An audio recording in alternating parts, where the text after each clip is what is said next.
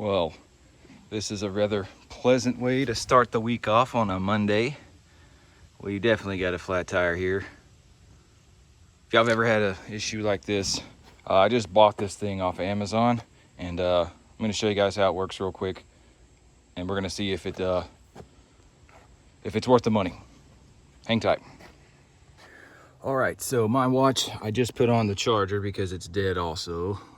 Nothing's working today, right? Come on. We got 10:49 a.m. So what we're gonna do, we're gonna let that be our marker for how efficient this thing is. If I can find it. We're on the other side. Now, if you're impatient like most people and you wanna just get right to the action, hop to around the 5-minute mark. So I had a tire and it was flat. I was on the road and I was a little fortunate enough that I was right by a tire center that I was able to very carefully drive the truck over there, and they put a patch on the tire. Well, that was a month ago and it's got a slow leak. So if I don't put air in it roughly every 3 days, then it gets pretty flat, like as flat as we just saw. That's after I didn't put any air in it all weekend. So that's what we're left with. So we're gonna take care of that today. We've got this basically it's like a kind of like a air compressor thing by a company called Splotty. There will be a link in the description as always.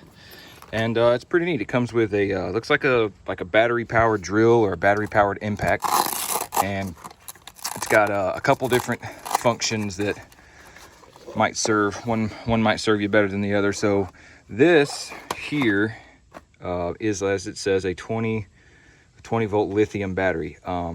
It's supposedly lasts if it's fully charged, you can completely pump a tire up twice, is what they claim.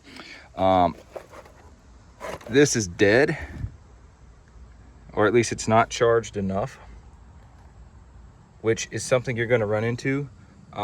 If you charge this up, you buy it for emergencies, and it sits in this case for, a year or something like that, I wouldn't expect this to still be charged.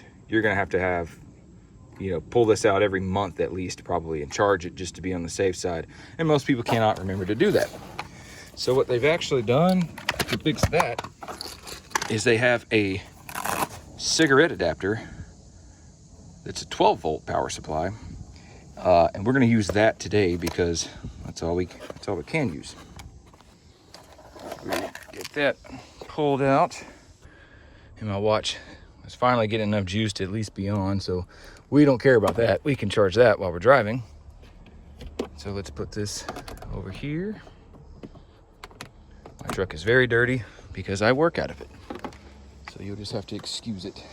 And this cord it's actually pretty long, so it's going to reach the cigarette charger all the way back to this tire. Now, if you've got like a trailer or something, I don't know what to tell you about that, because obviously we're not going to be able to reach way 10 12 feet farther back, but it's pretty easy to operate this thing. Let me get this set up here. Okay, once you plug it in, it's immediately on, and you're going to pull the trigger and be like, okay, it doesn't work. Well, that's because you actually have to set your PSI to whatever it is. We're going to go for 32. It's pretty universal. All right, and so once you do that, pull the trigger. What happened? Wait, all right, yeah, push the PSI button.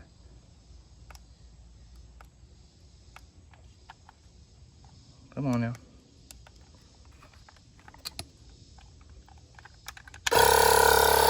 And it's on.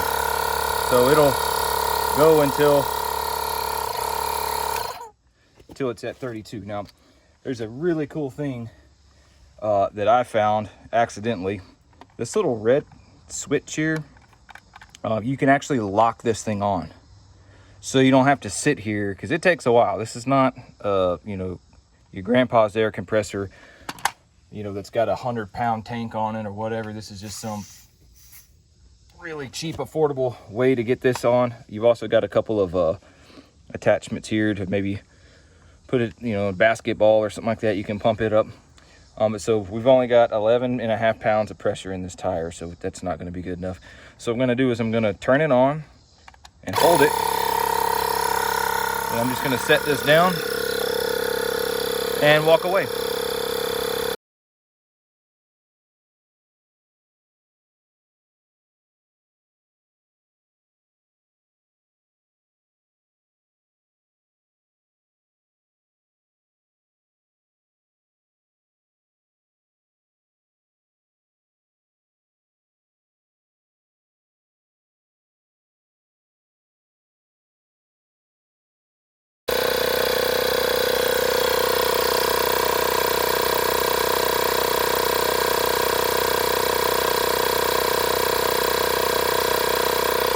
Okay, we have reached 33.5 PSI. I'm pretty sure I had it set on 32 or 33, so I just wanted to make sure that this thing automatically shuts off, and it does not.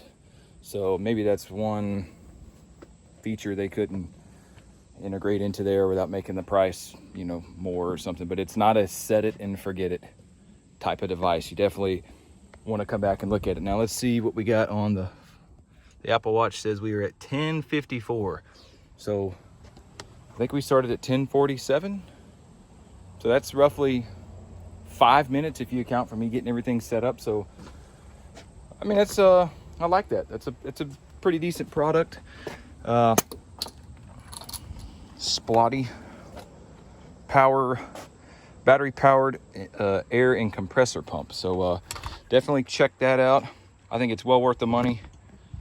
I'm pretty sure we didn't pay but like maybe $70 for it or something like that, maybe a little bit less. I believe it was a Prime item on Amazon at the time. But anyways, I would definitely check that out. And as far as, I mean, for the money, what we were to accomplish, just imagine yourself if you were coming out to work and you see you have a flat tire for 60-70 bucks. Within 10 minutes you can get this thing set up, get your tire pumped up, and you're back on the road. Catastrophe avoided. You know, you might get you pay docked or something at work, but you know, it's better than having to take the spare off. And in this case, I know my spare is flat because I've already done this once and I have to get a new tire for my spare. So if I had have gone through all of that, it would have wasted time. It wouldn't have helped me out at all. And even if my tire wasn't flat, my spare tire, there's no way I can change. I mean, maybe if I had some battery powered, you know, an impact, maybe I could change my tire in less than, you know, 5-6 minutes. But this is a lot easier. I mean, I just got to sit on my butt, let it do all the work. Now, what happens if you don't just have a tire that's leaking air? What if you legit have something and your tire is just so flat because of a nail, or you have a screw like in between your treads? Well, for that, I would probably recommend keeping a tire plug kit on the truck. That's not ideal, but it definitely is a great band-aid to get you somewhere to get the proper repair, new tire or a patch or something. If you have that scenario, you're still going to need to pump the tire up. So just in that case, this device, the Splotty air compressor, is still not worthless. You just need to also use a plug kit and actually address the real issue of the tire so that you can pump it up. So yeah, if you guys are thinking about getting this, throw some comments below if you had any questions, and we would love to have just a chat with you.